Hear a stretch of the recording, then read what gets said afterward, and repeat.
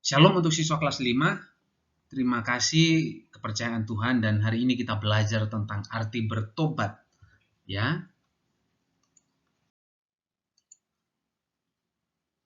Allah kita adalah Allah yang penuh kasih. Oke? Ia setia menunggu manusia datang untuk menyatukan penyesalan akan dosanya. Jadi Tuhan itu selalu menunggu kita kapan kita mau bertobat. Dan Tuhan itu selalu punya kasih bagi kita. Pokoknya kalau kita melakukan kesalahan atau dosa, segera berbalik sama Tuhan, minta ampun, Tuhan pasti memberi pertolongan dan Tuhan pasti memberikan pengampunan.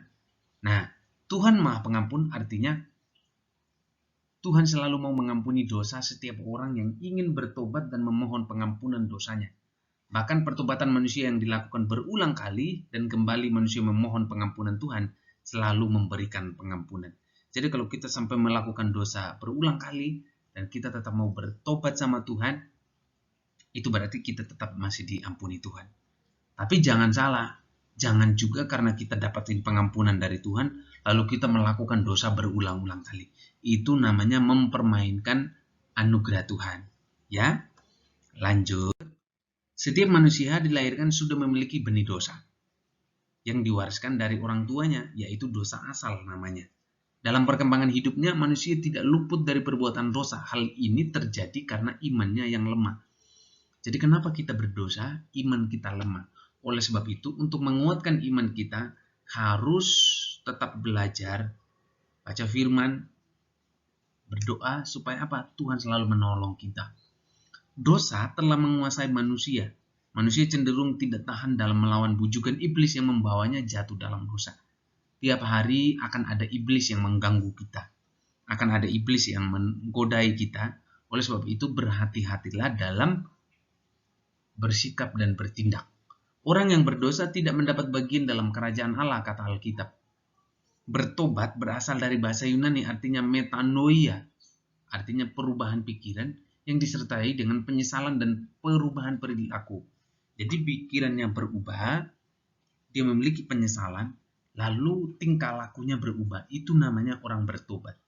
Jadi pikirannya juga diubahkan, dia memiliki penyesalan kepada Tuhan, dan bahkan tindakannya juga berubah.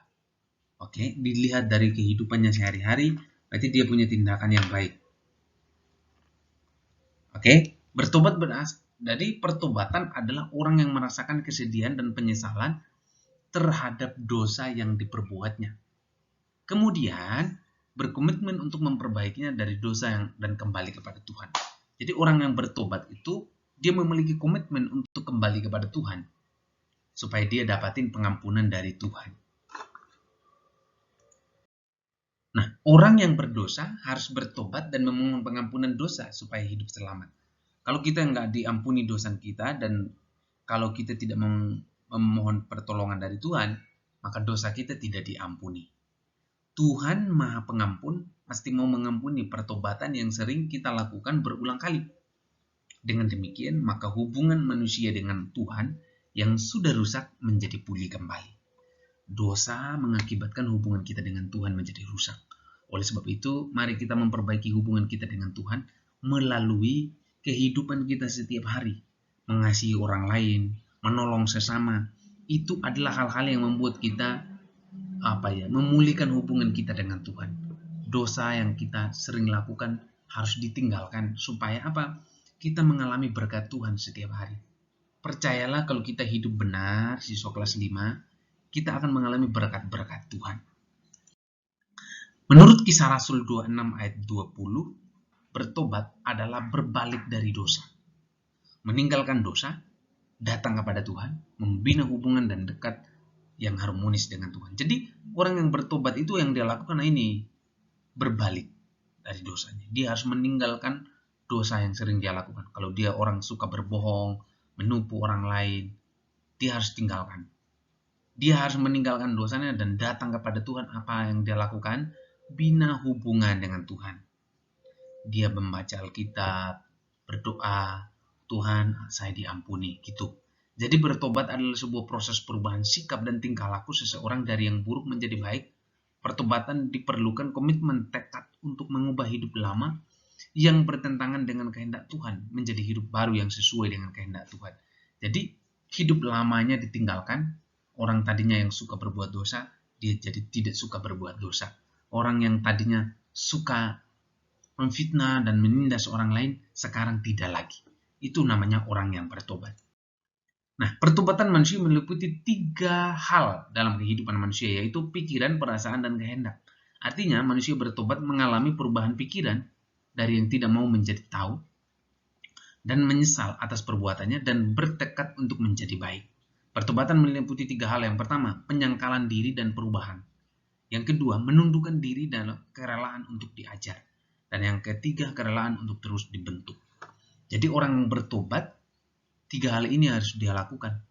Menyangkal diri dan terus berubah, menundukkan diri dan rela untuk diajar, dan yang ketiga, kerelaan untuk terus dibentuk. Jadi kita tidak mungkin mengalami pertobatan kalau kita tidak lakukan 3 hal ini. Oke? Nah, ini tugas kalian. Yang pertama, manusia harus bertobat agar hubungannya dengan Tuhan menjadi apa?